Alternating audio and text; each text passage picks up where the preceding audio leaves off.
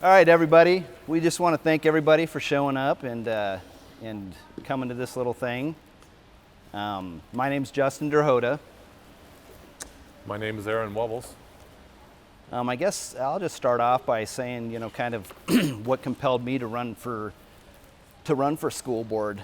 I got interested in what was going on at our school here in Norris about 14, 15 months ago during some of the COVID stuff. What really compelled me to start coming to school board meetings was the deliberate masking, or the mask mandate that the school board had implemented before our DHM came in. And so that kind of concerned me, and so I just kind of got involved that way and started going to all these meetings. I've been to all 14 of them since then, and just started learning a lot of things like how the board works, what the dynamics of the school are, a lot of the policies. I've just been reading through those as well, and just meeting a lot of people and just kind of gauging how people feel about the direction of Norris. So that's kind of my little spill on why I'm running for school board. I have my wife over here and my daughter. I have an 8-year-old daughter. She's a second grader. We've been in the Norris district for 3 years. We plan to stay here until she graduates. So from beginning to end, been in Lincoln for 22, 23 years and then moved out here. Love it out here. It's a great small community, rural community. I grew up in northeast Nebraska, similar to this, and I just love it. So, I too will kind of explain how I decided to run for school board. It was in a similar sense. Got involved about the same time. Started attending school board meetings about the same time when the mask mandate came out, and was concerned with that, but then it kind of shed light on several other things, topics and items that are in school and maybe aren't in school, that I sat there thinking, I can't really sit here idle and not do anything about it if I'm upset about it or if I'm going to complain about it. And so, slightly different than Justin, I grew up here in the district. I graduated from Norris. I went on to college in Lincoln. My wife and I got married my senior year in college. We moved out of the district for a couple of years down towards Hallam. We kind of bounced around a little bit. We ended up in the Waverly School District for 5 years. My 2 oldest boys graduated from Waverly. And when my now senior in high school was going to be a freshman, we moved back here. And so I have seven children. My wife Heidi and I have 7 children. My oldest is 25. My youngest is 2. And anywhere in between, 4 boys and 3 girls. And so we'll be around here for a long, long time. My intention is to be here, for the entire time that my kids come up through the school district. So, I guess the other thing I wanted to add that I didn't is that another reason that I felt compelled is that we need parent representation on our board. We've only got 1 member that has children in our school right now, so that's big to me. I want parent representation. I want to be able to talk to parents that have kids in school, and if I've got an issue with something or praise, I can let our board members know, or our administration, our staff, our teachers. It's just I feel that we should have parent representation on the board. We've got 2 board members that have been there 30 years. They no longer have children in our school, and that's to me that's an issue, and that's another reason I think that I was compelled to run for school board. So we'll open it up to any questions anybody has. Lay them on us. I see CRT on your pamphlet there. Yes. Each of you define what you think CRT is as a definition and what you think needs to be removed from the curriculum. Well, the way I see CRT, it's a theory. It's an actual course that was taught in college. It's kind of broad now. It's not necessarily one thing. It can be implemented into institutionalized, where it can be basically in all of our curriculum. The way I see it is that critical race theory teaches people that you're a victim of racism or you're the oppressor of racism. I don't think that belongs in our school. I'm not saying it's in our school. I'm saying I want to keep it out if it is. You know, I hear concerns from the public, so something that we pay attention to. I have a son that's a senior, and last year in one of his science tests, the bonus question was, is a black female in the workforce, I can't even remember how it was worded, but it was really along those lines. Like it just said, is she at a disadvantage or an advantage if she's a black female in her 20s? I don't remember how the whole question went. So that kind of just threw up for me. It was like, you know, he didn't answer it. He's like, I didn't answer the bonus question, but he's like, well, first of all, what does this have to do with science? And so, you know, there are teachers there that, not that they're pushing that agenda, but definitely try to get some info out of the kids or some. Sure. The question that Mark, right? He was asking about critical race theory. That's obviously a hot topic item, and we're just I responded that I don't think it belongs in our school. To me, it teaches racism. You know, where we don't need. But it's not there, and it's never been there. It's a college. Well, if you ask the administration if CRT is in the school, they're going to say no, and that's correct, because CRT is, you're right, it's a college course that was in the 70s or 80s where it was a theory. It's a theory, but like she's explaining, you know, it's more, to me, it plays on identity politics, you know, which I don't think belong in the classroom either. I don't think they do either. Not Yeah, no, I'm just. It just becomes more of an individual staff agenda, I think, and then that's where the kids are hearing it, is more just specific staff, and you know. Yeah. Well, and it's. Trying to maybe find out where people stand. I know it's a contentious issue, and do I think that history should not be taught? Absolutely not. Do I think that the fact that there was racism in the United States not be taught? Absolutely not. I hear people saying that slavery should not be taught. Yeah, I don't agree with that. I mean, I don't agree. yeah, you know, it's Material theorists, things like that. That's bonkers. sure. Teach history so bad things don't happen again. Yeah, no, and I agree. You do teach history so bad things that don't happen again.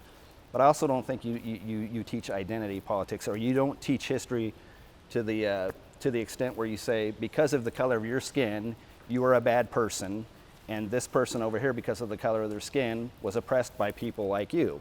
You know, and I just, that's not good for kids. It's not good in our classroom. I agree. You know, and Can we agree to say that if we find specific examples of such a thing, we can work to get that resolved?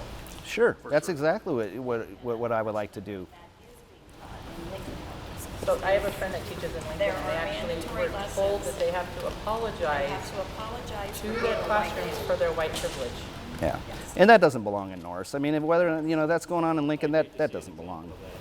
Yeah, it's crazy. Wasn't there some curriculum that was approved at Norris under the publisher Houghton Wilson Harcourt, where it's just under a different name with new adjectives now? CRT is now introduced into the HMH to abbreviate that under ELA curriculum. Yes, I think what you're referring to is, so he's asking the question about curriculum being approved that, could be questionable about what's in this curriculum. And I think you're referring to the Wonders ELA curriculum, which is the K through 5 curriculum, the ELA K through 5 curriculum, which was just approved 3 months ago, I think at the last, or the 3 months ago at the board meeting, where it was approved with ESSR funds, COVID relief money, and that's why they basically were able to buy this. But I think what you're asking about, maybe the SEL, the social emotional learning part of it, there is a social emotional learning extension that goes into this curriculum. And I've actually went in, I've looked at the curriculum, I've kind of studied a little bit of it. I've had some good conversations with our curriculum director out at Norris, and she'll straight up tell you, yes, SEL is in our curriculum, it's going to be in our curriculum. Here's why I think it's important. Here's what I see as the advantages of that. And so she states several reasons why she thinks it should be in the curriculum. And there's some things that I might question in there, and there's some things where I might say, okay, well, you make a good point on some of this, but anybody, the thing with this is that with any curriculum, and this is at Norris specifically, is that any parent or any member of the public has a right to request to review curriculum or classroom materials at any time. And you can do that through the administration. You can do that through your teacher, your principal, the superintendent. And I've done that. I ask questions. I just ask questions. It's not because I'm trying to cause issues or anything in the class. I just ask questions. And I get some good answers, and then I get some answers that I might not so much agree with. But that particular curriculum is the Wonders ELA curriculum. I've kind of looked over some of the second grade curriculum. It wasn't too alarming to me, but I don't know what else. I mean, it's K through 5 curriculum. What I ask is that parents, if you're concerned about it, go in and look at your children's curriculum. Talk to the curriculum director. Talk to your teachers. That's what I do. So what I would like to know is, this is, for being on the board, you are elected by the public. And I guess in my mind, I would just think that like board members would want to engage with the people that vote for them. And is there, and the current board members do not. They do nothing to engage. You might get a very generic email back. Is there a reason that you guys have found why the current members do not engage whatsoever? And are you going to be different? Yes. So from my experience, they do not respond. They do not answer questions. They refer to the superintendent whom they hire. yes. Is there something that we're missing? Some sort of policy that says they are not allowed to engage with parents or answer questions, or is this just what they're choosing to do, and why? No, And then are you guys going to be different? So your question is there a policy that limits them to what they can say or engage in the public? None that I know of. There's no reason I don't know that they can't talk with the public, engage with the public. They're elected officials. We're not elected officials. You guys can ask us anything we want. When we're elected, when we're elected, absolutely. I want to have open dialogue with everyone. I wouldn't even be opposed to having town hall meetings once or twice a year to let everybody know the state of the school with the superintendent, with the administration staff. They run good board meetings up here. I mean, you've been to several of them. You've been to a lot of them. I see you had all of them. And it is true that, they have a hard time engaging hot topics, hard questions, today's issues. And it's tough, I think, for some of them to just give you answers or to engage with you in that. I don't like that. I haven't gotten feedback from them. I've been to 14 of the last board meetings, and I've spoken about many things. I've spoken about some of the library books that people are finding, and I get nothing back from them. And so they haven't engaged me, and you're saying they haven't engaged you. So yes, I want to change that. When we're elected, I want people to be able to come to us. You can reach me by email, you can reach me by phone. I'm always available, and I'm ready to take questions, and I'm ready to face tough issues. And I know there's going to be tough issues. There are tough issues, anywhere you go, in any school you go to. And you need your school board support. You need parental engagement with the board members, with the staff. I have more engagement and I have more conversations with the superintendent of the school than I do the board. He's very approachable, and I work out some of these issues or get a lot of questions of mine answered from him, but I haven't been getting any of that from the board. And I don't know, I've spoken to them before. I don't have any problem with them personally. They're probably good people, but they just, I don't think they're ready I shouldn't say ready. I just don't think they can face some of today's issues. Well, and I think it's been proven over and over that they'll respond to positivity, but anything that's questioned, then they shut down and clam up. That's my experience just from watching. That if there's something good and they're being praised for it, then there's all kinds of reaction and correspondence and so on and so forth. But when there's a question or a difficult topic, then it's shut down. Yeah, and I mean that's natural. Everybody likes praise, who doesn't? For sure. You have to be able to face, especially in an elected position, a school board position, you have to be able to face criticism and take it and give answers and address concerns. One of the things that I did not like is that one of our school board members called us psychos. On social media, it was on social media, it was brought to my attention. This guy has labeled you concerned parents as psychos on social media. Nobody responded to it. We didn't respond to it. It's fine, whatever. But that just shows me that if you're going to treat the public that way, then how can you be effective in addressing school issues and stuff? So that was another thing that it just didn't sit well, and I can't imagine criticizing parents that are Constituents that have elected you there, you're calling them psycho, Sure. so. Can you? How do you feel about religion in schools? You feel like that's something that needs to stay out of the public educational system, or do you feel like it can be a part of it? So the question is about religion in school, okay? There are policies against religion in school, so that's you follow the policy. You're not supposed to have politics in the classroom. That is an actual state statute. Religion in the classroom, that's an actual state statute in public schools that you are not supposed to have that stuff in school. So follow the state statute. That's how I look at it. And that doesn't just encompass religion, it encompasses everything politically speaking too. You have to separate politics and religion out of the classroom. To me, politics and religion do not belong in the classroom. Education belongs in that's why our children are there, is for an education. So You have the choice in that education of evolution and creation equally. Sure. No, and I get it. It's religion is a hot topic too. Does it belong in your schools? There's a state statute that says it can't. So 100% agree. There are clubs too that school allows use of the facilities, like FCA, Fellowship of Christian Athletes, meets there. There's Campus Life that meets there. There's also Lego Club, Gaming Club, Knitting Club. There's a Gay Alliance Club that meets after school. So there's very diverse clubs that are, a lot of them are student-led, or they have a moderator, but it's just extracurricular outside of the. Sure, and those are good things, but you're not going to find religion being taught out at Norris or any, at the public school. You're just not. It's not there. What kind of momentum are you guys getting? Do you feel like you have a good shot to win, or do you have any pulse on the community support you're both starting to experience? I feel like the momentum is really good. I've had a lot of really positive remarks about both of us.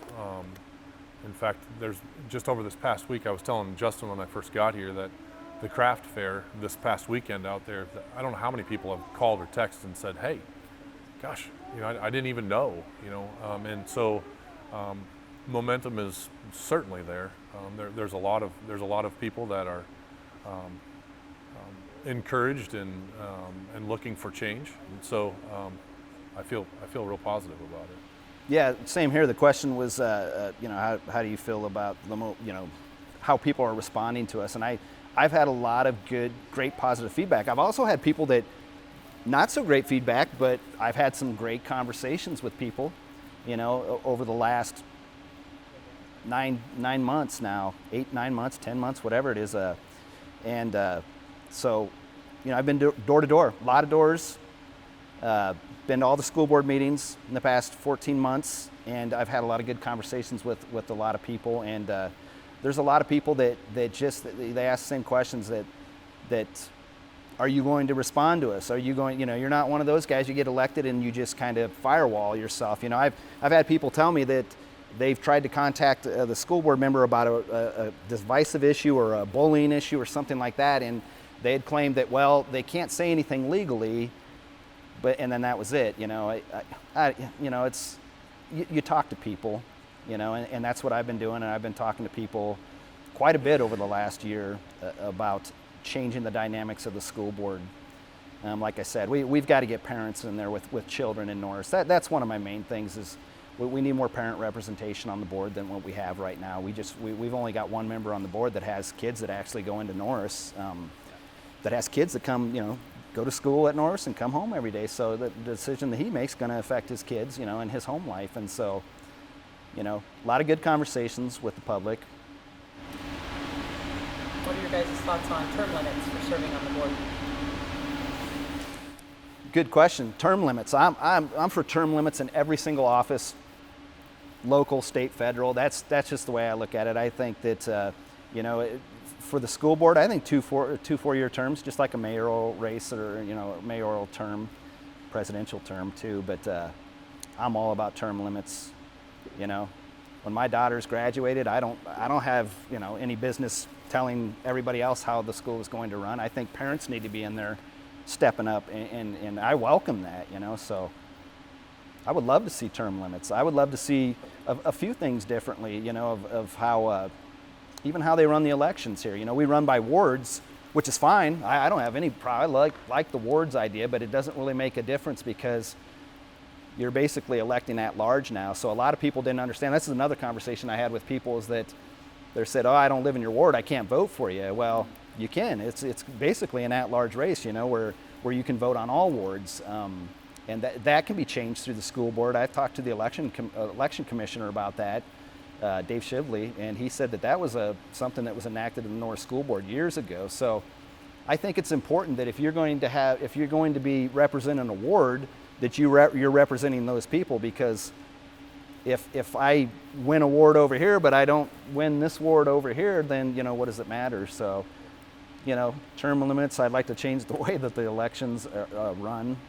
I think it's fair that way too. I don't see why that would be an issue, but Well, I think it's healthy too. I think it's healthy to have a natural turnover over so many years of just new ideas, new ideology, and like you said, with kids in school. Absolutely. We want to talk about diversity. Diverse is getting new people in, getting new turnovers. Okay, I know that the board needs good, strong leadership, and that's what you'll find with parents when you get good parents in there representing our school. Norris is like no other place that I've seen. It's even the school that I graduated. There's so much passion in this community, and it's just a good community, and there's just the parents that get involved with all the school activities is great. I went to the zoo last year with my daughter's first grade class, and it was awesome. I thought I would be the only parent there. Every single parent was there. So, it's great. A lot of people are involved out at Norris, but I think we need to see that on our school board, So. I agree. To your point, I'm helping coach the little kids, the youth football, and there was a statement made by one of the other coaches that just moved into the Norris School District that said, from where I'm from, you had to beg people to help. Yeah.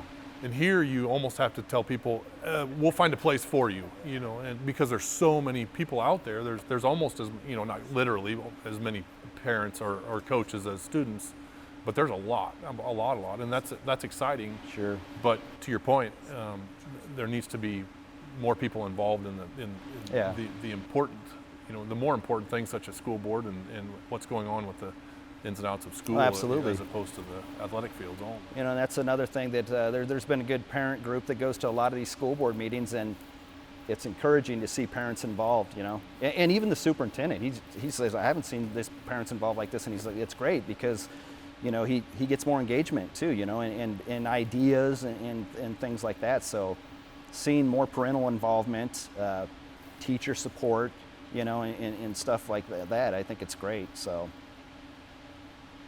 I'm excited. It's 4 weeks left before the election. So I'm excited. I think him and I will both win these races, and it'll be good.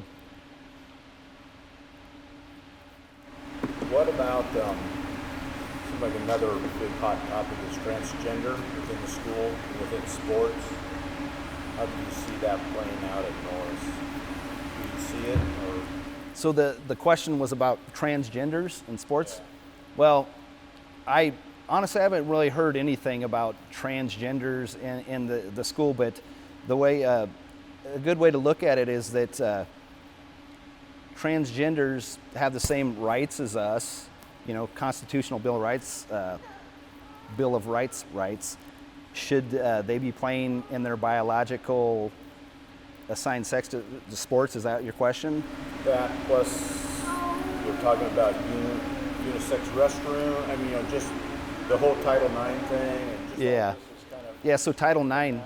Yep. So it's a good point you bring up. Title IX which has been around since I think 1976 or 73, something like that, was designed to protect women in women's sports. And I think now that the federal government is trying to change the definition of some of the wording in it to include gender identity in it. I don't think that, just my personal opinion, I don't think that's fair to women.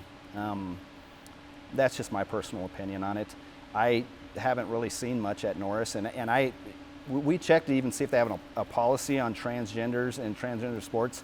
What I've been told is that by the administration is that whatever's on the biological birth certificate is what they go by. That's what I've been told there. So I agree with that. I mean, that's my position on it. I think we treat everybody with respect. That's first and foremost, but I agree with what I'm being told from the administration. Yeah, if you treat everybody with respect and dignity, then that pretty much covers your bases right there. Yeah. The question was, I believe if they wanted to allow boys to play girl sports and girls to play boy sports, is that what you said? The question was how do I feel about it? I would have to defer to the way the board is, or the way the policy is set up right now, or what we've been told is that you participate in what it was that's on your birth certificate. I'm not sure how. I mean, obviously policy can be changed, but I'm not sure how that would go about. Like a transgender student might say, well, I know I was born a boy, but I identify as a girl, so I deserve to play on a girl's team. So like, if the federal government says you have to let them play on the girl's team, would the school board say, no, we're not going to allow that at school? Or the school board just kind of pander to whatever the government wants? That's a good question. I'll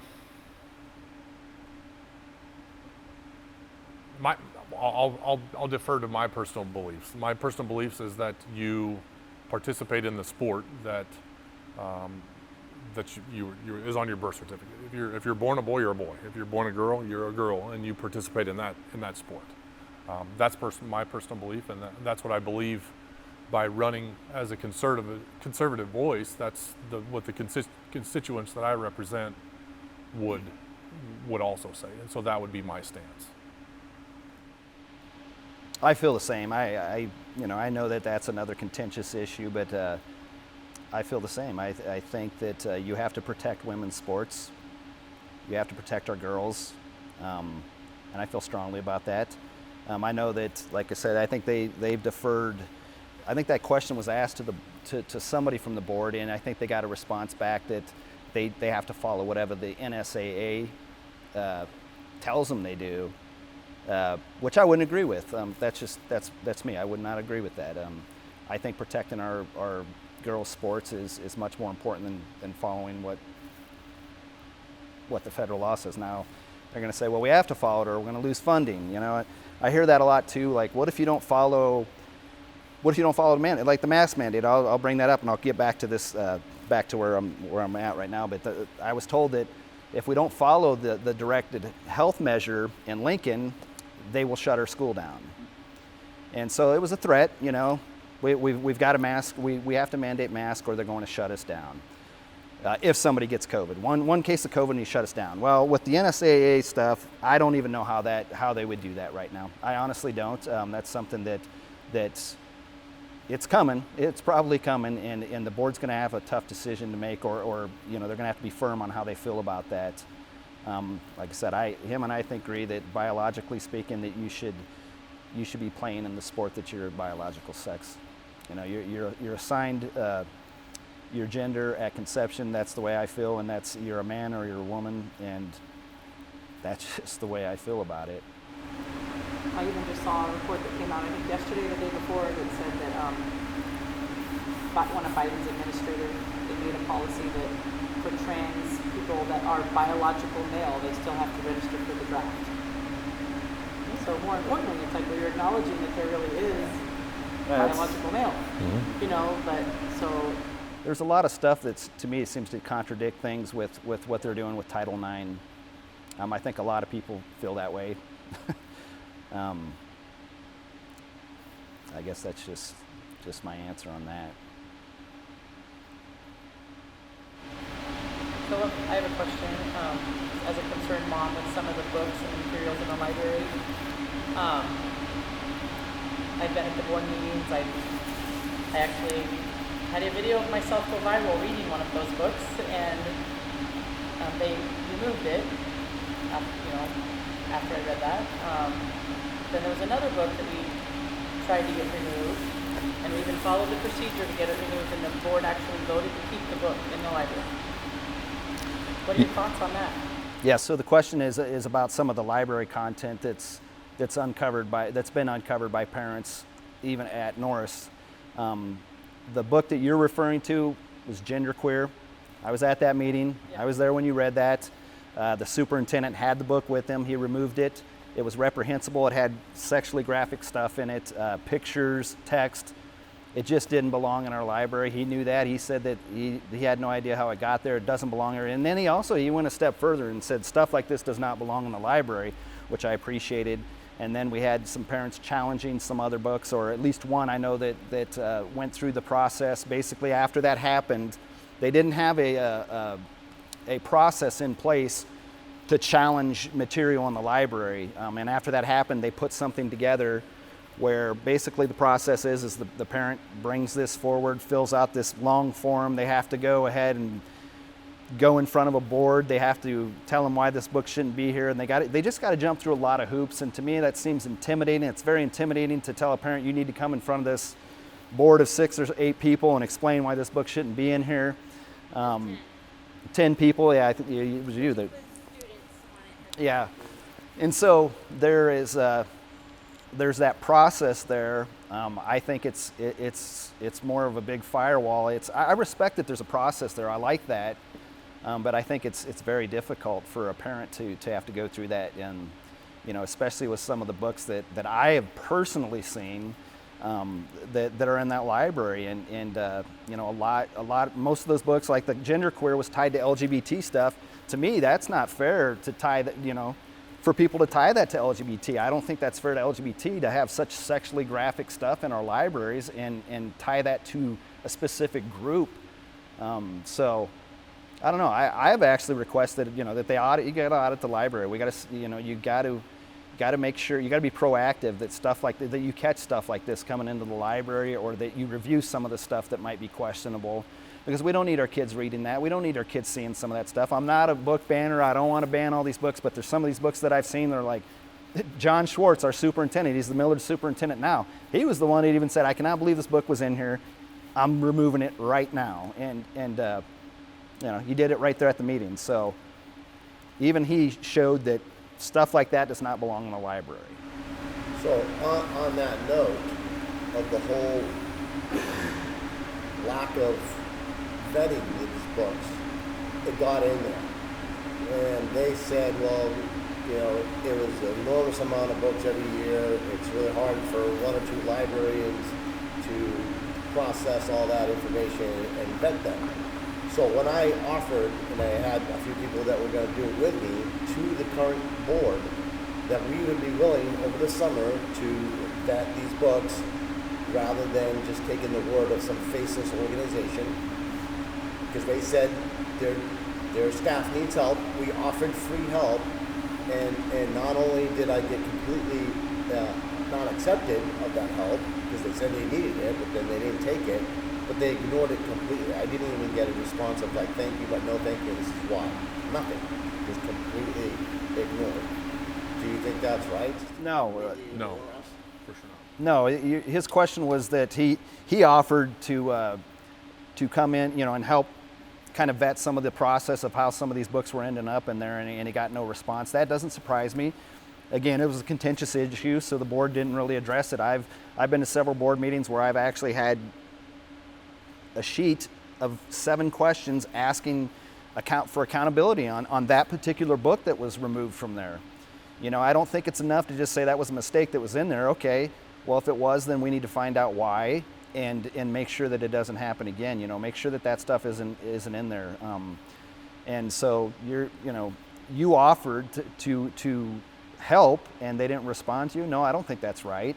I don't think the process of their current process of reviewing these books, I think it could be reformed a little bit better, and I think parents need to be more involved. They've got their own, they've got staff on this board, and I think they have one parent on the board, but you've got to have a diverse audience that's in there able to sit at this table and be objective to some of these books that are coming in there, or some of these books that have been found in there. So yeah, no, I don't agree. I think they should have let you in there. I mean, you're offering your time. Free help. Yeah, so. But yeah, library books are, it's contentious. There's a lot of people want to protect what's in the library. I get it. Like I said, I'm not a book banner. I don't want to ban books, but there are some books in there that are just sexually graphic that don't belong in there. We had one board member said that they did belong in there because people go through these experiences and they need to read this stuff. And I don't agree with that. I don't think that 7, 8, 9 years old all the way up to 16, 17-year-olds, they're minor children. I don't think they should be, that's the thing, is that I just think they're being exposed to sexual stuff so early in life. Let them grow up. Let them have fun in school. Why? I mean, I can't ever recall as a kid being in high school or being in grade school of seeing, we read fun books that were, and I'm not saying there's none of that out there. There's probably many more great books out there, but I am just kind of surprised at some of the books that I've seen in there. I've seen some of these books that maybe somebody will say, hey, see if this book's in here. This book was questioned LPS. I'll look, oh, there it is, or it's not, The other good thing is that Norris has they've got a good database of their library books. Every book that they bring in there, they scan, it goes into a database, which is excellent. It's good because you have accountability of what's in your library, who checks it out when. And they've got a good database in there. So if you're ever concerned about a book, or a title of a book, if you want to learn more about it, or you want to learn if it's in Norris's library, you go to the Norris website and you can find it on there. I think it's on the district homepage where you can search all 4 libraries. I think there's 4 tabs in there. And you can search all of the libraries for material. So to continue on that topic and kind of can go over to other subjects and activities, it would be good to have maybe some teaching classes that could be hosted to teach us how to do this. Sure. It's like no. on my own, I'm like, I don't know. Yeah. I'll go on Google and try to find a decent review site that can help me. It's like, well, what's my daughter reading tonight? Sure, and that's the hard part is figuring out how, even the challenge process. Like I said, it's quite difficult and it's a lengthy process, and you've got to fill out a bunch of paperwork. But as far as like teaching how to do that, I guess that's more on us. If we're parents, we've got to go out and figure it out a lot. I think there's some things that could be made easier, but as parents, we need to be more involved. You need to know what your child is checking out, and you can do that. You can request, or you can go into this database and see what your child's checking out. You can actually request to them that you can go to the librarian and say, I want to know every single book that my child is checking out, and they have to send you that information. And I like that. That's great. That's being more transparent. But it's on us that if we find something that's very questionable, especially like some of the stuff we saw in the last in the meetings last year with some of these books, especially genderqueer, there was no question. Everybody unanimously in this room agreed that book does not belong in there. You read from it. You were showing pictures of it. It was a nationwide thing that this was the #1 challenge book in 2021, and it was at Norris. I don't know why it was in there, and we still haven't gotten an answer why it was in there. Well, I've heard. Good. Well, I've heard some of the parents say, well, why don't we have like a rating system for books? Similar to a movie. Mm-hmm. If you're not, R-rated movies, certain age people can't go to that movie without a guardian or a parent there with them. Oh, definitely. I mean, I agree on that. There's, then the argument is like, well, these kids can find this stuff on the internet, and I kind of find that laughable too, because when you're in school, you have a filter on your entire network system. It's filtered. You have a firewall on your system that blocks out graphic, violence, sexually graphic material, things of that nature. They do it at Norris. They do it at a lot of public schools. So no, you can't find that stuff on the internet in the school. Okay, if the parents want their kids doing, that's on the parents. That's a parental thing. I wouldn't get involved in that. That's on a parent. But at Norris, no, you can't use the internet to go and look up pornographic stuff. You'll get blocked. You'll get filtered. And not only that, they have a firewall system in place that if something happened where somebody's trying to look for porn on it's all documented, it's tracked, and some of it might not even be intentional. And then that's how you gather more information on, in the IT industry, you have tags on how you block, different types of network traffic. They got a great network crew out there, and I know they've got a great firewall system out there, and they firewall that stuff. But it doesn't seem like it's firewalled in the library. So, within the text or within graphic pictures, some of that stuff is there. And so, we got to find a better way that we can really challenge some of these books without having to go through all of this red tape to get a book out of there that's obvious, that's obvious that most people can agree on. It needs to be a process of some kind. Yeah. One person's Oh, for sure. Yeah. view of something that's Or even like a black box warning that's like, we need your parents to sign a release Yeah. to get this book. Yeah, no, I'm not, Parents aware of what I understand, how library books can, somebody might not like something in a library book. You can't just go in there and pull a library book out. I understand there's got to be a process. I don't agree with the current process on how hard it is for I would agree. I think everybody would agree. It can't be such a cumbersome, yeah. daunting thing. And it is burdensome. I'm telling you, I've looked at it. I'm actually in the process of doing one now, just because I want to go through the process myself. And I know some other people at the board meetings have done it, because there's a book that I'm looking at right now that it doesn't belong in there, and I'm going to see what they do. See how it goes. So. The other problem is we have English teachers assigning, specifically this year, one of the books, the really bad books in question, has been assigned for mandatory reading. There's the Glass Castle and the Kite Runner, and another book called Allegedly, and they're all very graphic. It's appalling to me that a teacher would want a child to read that kind of material. But they think it's great literature. It's like, it's about age appropriateness. This is not appropriate for students to be reading. It's that bad. Can you guys summarize what she said for the Yeah, so they were talking about certain books being assigned in English class. Which grade are you talking about, do you know? Sophomore. So 10th grade, 16-year-olds, 15, 16-year-olds that are being assigned, in some parents' minds, age-inappropriate material that they should read, which some parents don't agree with it. Some parents might not even know that that's what they're reading. And I know that, and it's, the parents always have the final say, and if you don't want your child reading that book, you can tell your teacher that my child's not reading that book, please assign something else to them. And I think in this case that's what happened. Yeah. to me, it's like, I would hope that just they're not having my child read something like that. Yeah. Well, I feel like my kids should be in good hands, and I'm not having to screen everything they're bringing home. Yep. Well, and again, that's where I advocate for parental involvement. You need to talk to your teachers. You need to know who your teachers are. Form a relationship with them. Talk to them. Ask what's going on. Ask what the curriculum is. Ask what they're reading. And I've had these conversations with my teachers, and I've formed good relationships with them. And most of them, I would say, that aren't going to be opposed to to tell you exactly what's going on in school. I mean, that's the thing, is that, as long as the staff, the administration, the school board is being transparent, great.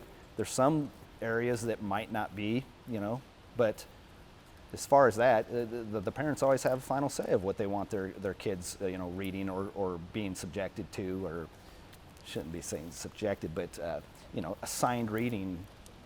So So was it the reading list that was assigned, was that something that you were aware of ahead of time? I mean, my point is, does the parent have the opportunity to look at what's being assigned ahead of time?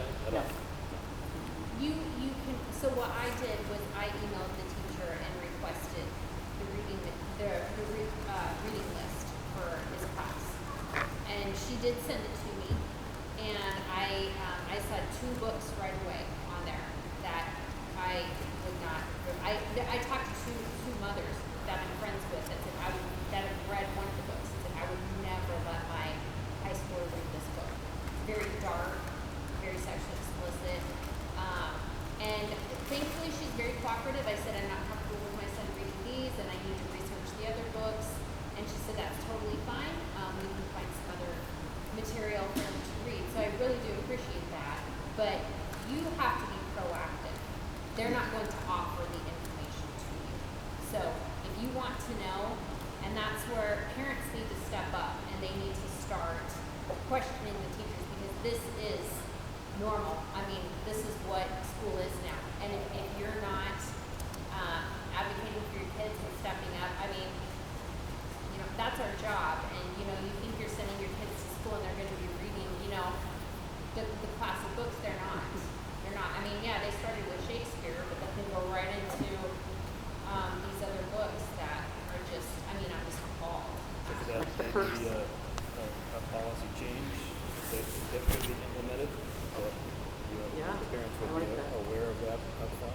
Absolutely. I think that there are some policies in there that I would like to see changed, or some new policies where you opt in instead of opt out of stuff. If you want to, you know, you can opt your child out of a lot of things at Norris, you know, surveys and different classroom activities, you know, whatever you don't want your child participating in, you don't have to. But I do agree. I think that there should be policy that when your child is going to be, you know, doing an assignment or reading something, let the parent know.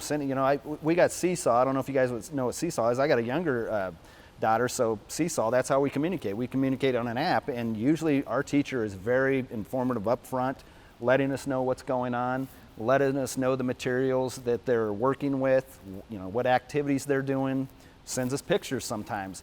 The work comes home, you know, some of their assignments and stuff, and we stay engaged and look through that stuff. But, you know, I think we could, you know, write policies for opt-in or, you know, opt-out, opt-in, different types of curriculum and stuff like that. I just don't think, you know, it's all up to the parents. You know, like you said, you have to be more involved of what's going on in school and what your child is learning, or you know, some of the curriculum that they're involved with. Go review it. You know, if and I know it's tough because, you know, it's hard when you don't have to. You got several kids in school and you've got a full-time job. It's hard. It's tough. But take the time that you can. If you're concerned about something, address it first. You know, address it with your teacher. If you're not getting anywhere, go to the principal, go to the superintendent, go to the school board. I've done some of those things up on a higher level with some of the stuff that has gone on at Norris, and I've gotten responses from the superintendent, but not the school board, which it should kind of, you know, be the other way around, in my opinion. You know, I mean, I think the school board members should be very open, and they're the ones that write the policies, you know, and they're the ones that revise the policy. Norris has several policies, and they're all right there on the website. You can read every single policy, which is great. Everything's there. So, you know, being more open and being more transparent is great, but the parents have to be involved. You know, if you don't want to be involved, you just don't want to be involved, and that's just theirs. But don't be upset when something happens and your child's reading a book that you find out, you know, a month later that your child had to read a signed book that you don't necessarily agree with because it had sexually graphic material or something in it. So that's still like being a wallflower. That was the one that we went through the process with. Yeah, and that got voted or challenged. It was a 6-0 vote. No one voted against it. A very graphic depiction of a grandmother molesting her grandkids. Like, it is gut-wrenching. Well, there was That's just a small part of it, and they all voted to keep that book. And I mean, that is just like, where are we at? They trusted the committee, which one of the school administrators was on that committee who has a child the same age as my youngest, and he was part of that committee that voted to keep that book in the library. The irony of this was, what was it? Was it 3 months ago? 3 board meetings ago when they were talking about gaming, bringing gaming on as an extracurricular.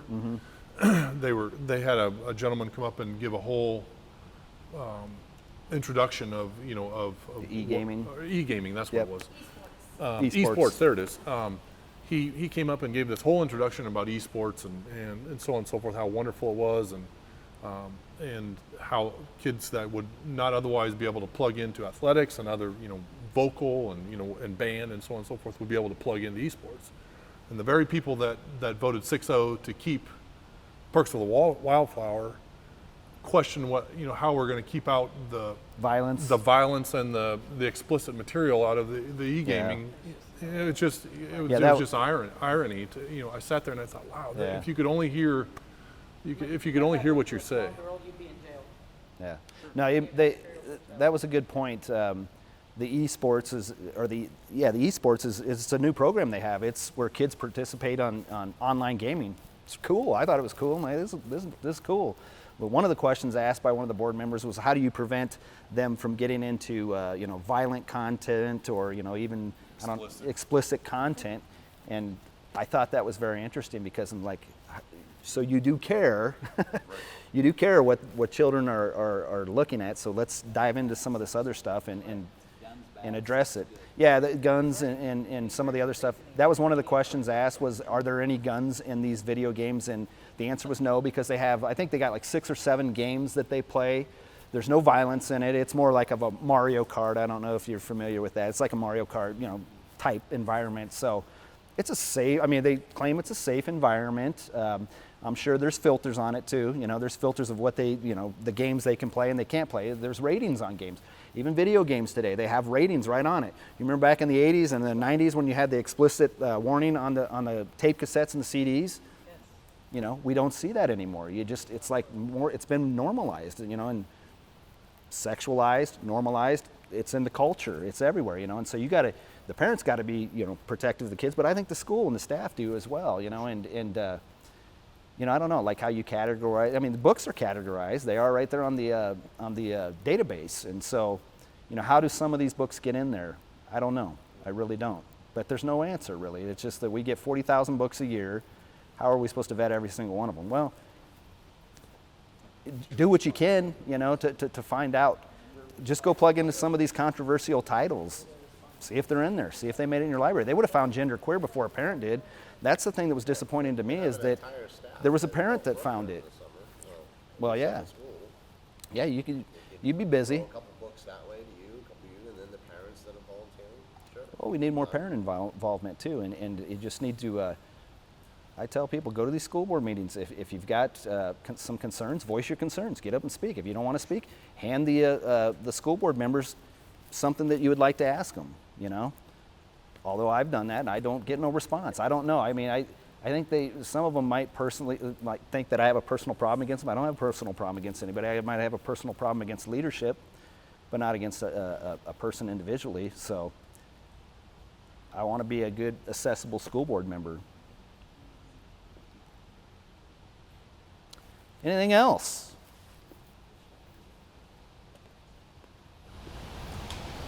Just want to say that I really appreciate you guys doing this, stepped up. I'm sure you're taking a lot of heat from other people and a lot of time invested in it and away from Sure. your families and friends. And my gratitude goes out. Well, thank you. You're welcome. I appreciate that very much. We wouldn't be doing it if we didn't care. It's as simple as that. We care about our kids. We care about our children. We care about Norris. So it's as simple as that. That's why we're running. Yep. So thank you everybody for coming. I appreciate it. Is there Thanks, any you more? guys. Anybody else got anything else?